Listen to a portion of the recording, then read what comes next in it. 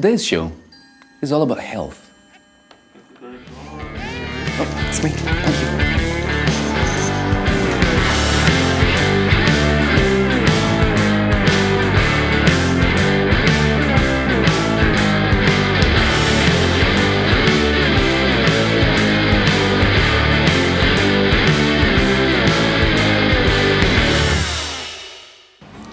Hello, and welcome to The Day Before Tomorrow, the show where we look at the big disruptions that are affecting different industries. Not the hyper-futuristic stuff that happens just before the robots take over. We're talking about the stuff that's happening now while the robots are still cleaning our floors and building our cars. We're looking at 6 different areas: health, entertainment, education, smart cities, retail, and money. But before we launch into the meaty stuff, let's work out what we actually mean by disruption. Disruption has been with us forever. Go all the way back to the printing press and you can see that the ability to introduce a technology that fundamentally changes our lives and our societies has been around for a long time. In fact, the best research on disruption has identified the last century as a very powerful one. Think of jet engines, think of the ability to put something in space, GPS. These are huge disruptive technologies, but they are rare. Ignition and liftoff.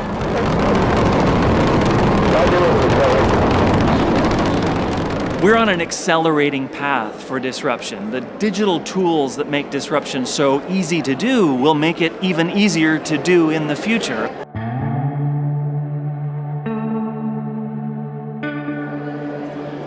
The easiest industries to disrupt digitally were the ones where the products could be digitized. If you think back, we've watched over the last decade the music business, now the TV and film business, and this makes sense that these were disruptible.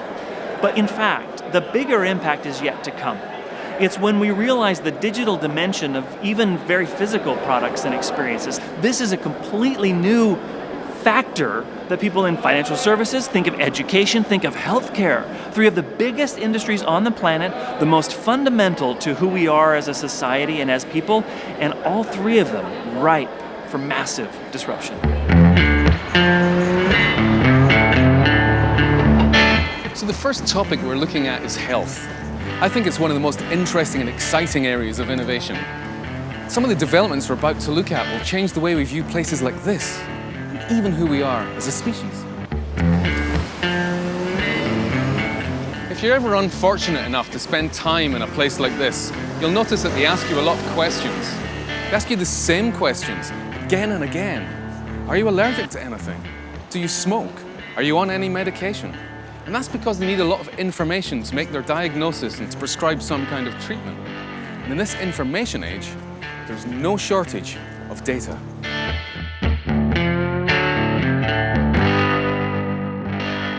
We've all become accustomed to using mobile phones as part of our work and play. And what's interesting is that healthcare is going to benefit hugely from that, because ultimately, healthcare is about treatment, but it's also extremely information intensive. And what's interesting is that technology is enabling us to capture many more types of data around 3 areas. The first area being there's a lot of research that's going on now to better understand the body. There's a lot of research into genetic markers, for instance, that helps us to understand exactly which types of cancers we might actually be susceptible to, or what ages we might actually start becoming more susceptible to certain types of disease. Then there's a second area of data that we are capturing ourselves, because most of us now are living with some kind of mobile phone technology. Most of us are using smartphones that are able to capture not just our activity, but also even our moods, from inferring what our calendars look like. And that's going to connect really, really well with the information that has already been captured about you in the past, about your actual health history. Being able to cross-reference these 3 different types of knowledge is going to be critical in the future in developing much more personalized treatment plans and medications for people. I'm personally a big fan of tracking my health, and so is our producer and our cameraman. I also collect data on my phone, and it shows me how I'm doing. And all of this has led to me changing my behavior. I exercise more than I used to, and that's got to be a good thing, hasn't it? almost everybody that actually tries using something like an activity monitor that measures how many steps you take, the first thing they do is go, wow, I walk a lot less than I thought I did. So you're giving them information which is very powerful, and it's showing them how what they think they're doing is not necessarily the reality of what they are doing. And that's great if you're trying to get them to change their behavior. I think there's an enormous opportunity for technology to improve health and affect the health industry in the next few years. The thing that I'm particularly excited about is what people call quantified self. So this is about putting sensors and devices on people so that they're generating data about themselves, and they're able to interact with that data. So they can know more about what they're doing, know more about their health, know more about whether they're doing the kinds of things like walking or exercising that everybody kind of knows that you should do, but frequently don't do enough of. This is all useful data, and it's helping people change their behavior for the better. But is it of any use to the medical industry? I think it would be a step too far to try and pull the information that people hold personally and put that into the medical record, because actually that medical record is really about an interaction between you and your healthcare professional. But there's no reason why it couldn't go the other way. If you wanted to help manage your condition or manage your lifestyle, count how many steps you were taking in a day, look at what your diet was, and just count your calories, for example, there's nothing to stop you actually pulling information from your medical record to help inform that. When you think about wearables and healthcare specifically, there is a little bit of a scary zone. I mean, how much do you want your health provider to know? If you are incredibly active and you're going to yoga all the time, then you might say, great, I want my healthcare provider to know that, and I'm willing to give them access to this information so that I might get a discount. But for people who have less healthy life choices, or maybe even your wearable just doesn't register the activity that you choose to do, it then becomes a place where you might get penalized for something that previously was not even factored into it. Recently, Apple announced that its new mobile operating system will include a health app. It's supposed to aggregate a lot of the data from your different apps and devices, and crucially, if it notices anything abnormal, it'll contact your doctor. Now, Apple aren't the only big company who've got in the game. Samsung and Sony are two other big players who've already entered the health market. It's an amazingly exciting area, but are there any downsides to this wearable tech frenzy? But the other side of that is, if they don't change their behavior, if that's not a powerful enough prompt to them to actually change their behavior, haven't you just kind of increased their anxiety? Because now you're telling them you're not doing well enough. And look, you can see it every day, you're not doing well enough. Now, for some people, I'm sure fear is a motivator, but it's not a very nice motivator. So I think quantified self is a really exciting thing. I think there's going to be huge leaps and bounds in how this affects the way we look after our own health. But I think we need to be intelligent about how we use it and not think it's the only thing that we need to do, the only tool that we need to appropriately change people's behavior so that their health gets better. The thing about behavior change is it's really difficult, particularly because our behavior is often irrational. It's controlled by very many things, some of which we're conscious of, most of which we're not conscious of. And so what you end up having is, evolutionarily, you can have an attraction towards something like sugar. And if I put a chocolate cake in front of you, your brain is saying, I really want that. I know that that's going to be great. The medical industry isn't just one big thing. It's a whole collection of organizations with different objectives running on different systems. So it's no surprise that data isn't shared between them all. But that's a problem. And it's good to know that something's being done about it. In other industries, having detailed data, collecting information has had revolutionary effects. And we believe equally that in healthcare, just knowing more about what's happened could have a huge impact on the way we manage our health services in the future. So the real vision is to be able to have joined up medical records across primary and secondary care and community. The objective being that if a doctor or a nurse, any clinician has a patient in front of them who they want to treat, They want to know everything there is possible to know about that person. For example, what allergies they have, what medicines they're on, and any adverse reactions. And if that information is held on paper in the middle of a hospital system, they aren't going to be able to get access to that information. I've been particularly impressed by IBM's Watson database that's able to gather information from a wide variety of sources and then answer the questions. So those kinds of forward thinking in health could be amazing. About 3 years ago, IBM built a computer called Watson, originally to play in a television general knowledge quiz show. The serious purpose of it was to drive forward the ability of technology to understand information written in natural human language. At about the same time, I'd had a discussion with a diabetes clinician at a hospital in the West Midlands who'd expressed his frustration to me that 50,000 research papers were published on the topic of diabetes every year in English alone, and that he and his colleagues had no way of keeping up with that vast corpus of knowledge, and that buried within some of that might be the insights that they needed to treat the patients they were working with right at that moment. So of course one thing that we've done since is we've worked with the medical sector to apply the Watson technology to the topic of diagnosis, in particular in cancer care.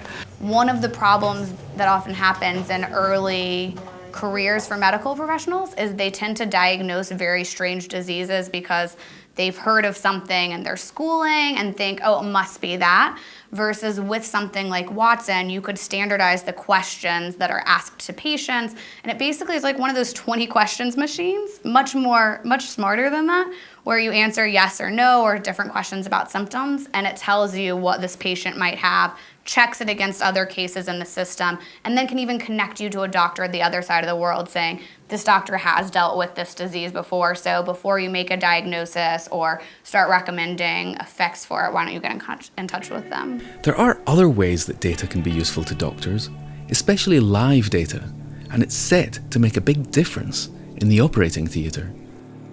Our colleagues at Philips Healthcare have just initiated a collaboration with Accenture to develop a proof of concept for what I think is a game changer in the operating theatre. Now, I don't work in the medical system, but I follow it. Of course, I'm very interested in how we as Philips can save lives and how we can improve the life of our patients and also the work of our customers, the doctors who are actually doing the operations or the diagnosis. In this case, we've developed a application for Google Glass. You've got to picture this. So you're a surgeon and you are in the middle of a procedure. Of course, your hands are busy, you have your instruments, and your eyes are concentrating on that moment, the most tricky moment of your procedure. Yet, as a surgeon at the same time, you have to keep an eye on the vital signs of your patient and really know how the procedure you are applying actually has an impact on the patient and how he or she is responding to the procedure. Now, normally, as a surgeon, you'd have to look away, perhaps put your instruments down, do some intervention with the equipment that is giving you the vital signs on your patient. And those are vital seconds where you really want to keep your eye on the procedure, on the patient. So we've developed this application where on Google Glass, the surgeon is able to actually see real time the vital signs of the patient as the patient is responding to the treatment at that very moment, real time. You can imagine that one gives the surgeon the right feedback to be able to continue or stretch the procedure depending on what he is able or she is able to achieve. And we believe it will help us save lives. There's more incredible technology making it into the operating theatre. And right now, my 8-year-old self is doing a little dance because this time it involves robotics. Intuitive Surgical makes the Da Vinci surgical robot, which allows open surgery, fairly complex surgeries, to be done through very small incisions. So a surgeon can sit at a console and see what's going on inside the patient and make motions at the console that are translated into the precise same motions inside the body. And what that lets them do is a very complicated, very precise surgery, but through very, very small incisions. And so now there's about 2,700 of these robots in hospitals all over the world. And in the United States, 80 to 85% of prostate cancer surgeries are being done with the Da Vinci, and upwards of about 50% of hysterectomies are. The impact of technology, from the wealth of information online to uber-hip wearable devices, is creating a new breed of patient. It's changing their level of understanding, it's changing their expectations, and that in turn is changing the relationship between them and their doctor. In a lot of ways, the doctor-patient relationship is evolving from one where the patient comes in with a problem, the doctor says, "Here's your solution, go implement it," to the patient comes in, "I've got a problem, I've got an issue, I know enough about it," and it should be more of a collaborative relationship where the physician and the patient are now saying, "Okay, we're going to work together to figure out how we make this impact your life in a lesser way." So I think it's an important part of that evolution of the doctor-patient relationship, and I think it's one that physicians should embrace. There are many practices that need to be changed in the way we do the business of health altogether. Technology is allowing us to change the way that the doctor and patient interact. We are designing new products and new services to try to create a collaborative process. And this collaboration, we're forwarding under the idea of an apprenticeship model, so that the doctor and the patient interact as a team, where the patient can be providing information the doctor really wants, and the doctor isn't burdened by information that the patient finds on the web that is not useful to that person. The world of healthcare has changed a lot in just our lifetimes, which is pretty unusual when you think about large industries. One of the bigger trends that I've been interested in is this idea of concierge health. My view of healthcare growing up was spending hours upon hours at doctor's offices, waiting and waiting and waiting to be seen. And now you have doctors who are willing to make house calls, and you also have so much more information that's available to the consumer, whereas it used to be something that was very much behind closed doors. There are now resources such as WebMD, or even being able to chat with doctors and nurses over email to kind of figure out what might be going on without actually going in, that have put a lot of power back into the hands of consumers. It seems that devices are giving people more control of their own healthcare. They're researching, self-diagnosing and monitoring themselves. And on the whole, that's a good thing. But it doesn't stop there. We're about to see some really interesting developments right here in the UK. One of the other things we're working on is giving patients access to their own records. And so in the first instance, we're looking at giving patients access to their primary care record, i.e. the GP record, to check accuracy in the first instance, but also to begin a whole new interaction between patient and GP.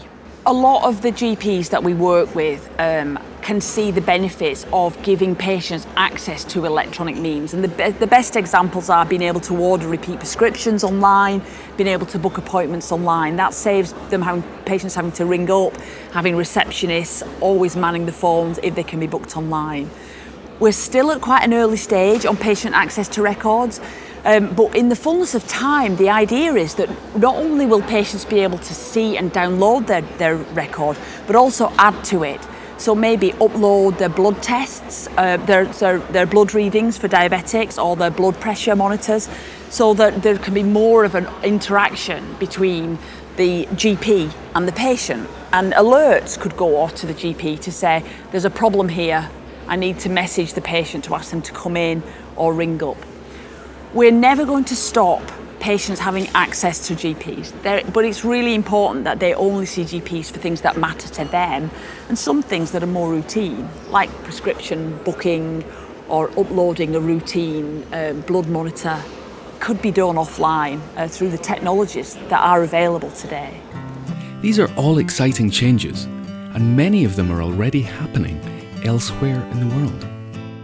So one of the companies that I found most interesting is a company called One Medical, and you pay a membership fee each year, and that membership fee gives you access to a few things. One of them that's really interesting is being able to interview and choose your own doctors. So you can actually go on the site and say, being a female, I'm very into women's health, or actually I'm really into holistic medicine or nutrition or exercise or acupuncture or chiropractics, and maybe these doctors who have specialties could be your GP. I love that. I also love being able to, it's so simple, but being able to request refills of prescriptions via your mobile phone or via an app and not having to make a call to the doctor or visit the pharmacist, I think is incredibly useful and is one of those no-brainers. So we've looked at technology for doctors and patients, but it's also unlocking new opportunities for research, like synthetic biology in this case.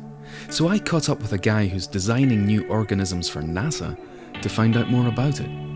So synthetic biology is actually human beings taking genetic elements and inserting them into organisms that wouldn't normally have these genetic elements to allow organisms to do new things and cool things that people haven't seen before. A really good example of just the basics of synthetic biology or genetic engineering that we are experiencing is that the insulin that people use as diabetics is actually generated from bacteria. So they took the genes, engineered it into bacteria to allow bacteria to produce this protein that people can now use to help their diabetes. But this is just the smallest part. Now we're starting to try to generate more complex systems. How can we use bacteria to detect bombs, detect drugs, detect chemicals? How can we use bacteria to take radioactive waste or other waste and remove it from the environment and turn it into things that are safe? Bacteria are like a tiny little computer. They're like a tiny little machine that can do basically whatever you want them to do. All you have to do is have the understanding of how this system works in order to be able to engineer it to do what you want it to do. I think synthetic biology is better than electronics and computers and things like that because we are limited by those systems, right? So to build a computer, we're limited by the components, we're limited by the temperatures that we can use them in, we're limited by the environment and everything like that. It's like the ultimate machine, right? This machine that can withstand any conditions, but then can still have the wherewithal to produce the thing that you want it to produce. Is synthetic biology safe for humanity is a tough question because there's always going to be things that go wrong, right? With cars. Cars kill people. That's not what they were intended to do, but it happens. So things can, but 99% of the time, the bacteria that are engineered and things like that are not disease-causing. So what that means is that I can engineer these bacteria, and they're similar to the bacteria you just have on your skin and your body. They're no different, and they will not affect you in any way that would be harmful. I think the impact that synthetic biology will have in the coming years has already started to become evident with the generation of drugs and other compounds that we human beings use. But not only that, scientists are beginning to understand that bacteria live in this mutualistic kind of symbiosis with human beings. I think engineering bacteria that actually give human beings the ability to do things that they normally couldn't do would be fantastic and amazing. And I think it is stuff people are working on. People are working on things like how to regulate people's weights by doing bacterial transplants in people's bodies. But not only that, just think bacteria being able to detect viruses or diseases that are on your skin that change color or glow or give off a signal. Or bacteria that can, modify your eyesight or your taste or things like that. I think the applications are almost endless. It's just what you can think of and the amount of funding and time and effort people put into it. The changes we've been talking about here are pretty radical. They're set to change the future of healthcare in the next few years as radically as they have in the previous 150. And that will have implications for the entire industry and even how we view illness itself. There's going to be all kinds of changes in the healthcare industry. All the monitors that we wear now are going to be informing our care providers in a moment's notice before incidents happen. So the intervention is going to happen much earlier than it ever has, and care is going to be able to be delivered super effectively. New technologies like this revolution in 3D printing is going to be applied toward 3D printing organs and knees and other elements that you might need, as making surgery much more custom and personal, growing skin, growing new organs from tissues that are derived from your DNA, and using robots as assistants, we're going to see a huge change in the way care can be delivered to remote reaches of the world where the experts in any practice can get to anybody anywhere. I like thinking in the 20-year time frame because that lets a lot of things that are playing in the labs right now come to fruition. And I think a lot of what we're going to be seeing is the pushing of diagnosis earlier and earlier in the disease state. And this will only be positive if the therapies will also come down in terms of severity. But to give you an example, if we diagnose lung cancer in the first few years of it showing up, where the tumor is very, very small, it's stage 1, you have a 77% chance of living to see 5 years. If it's already spread through the body, you have an about 11% chance of seeing 5 years. On average, when we diagnose lung cancer, there's a 15% survival at 5 years. So what that means is we're not finding it in the early stage, we're finding it in the late stage.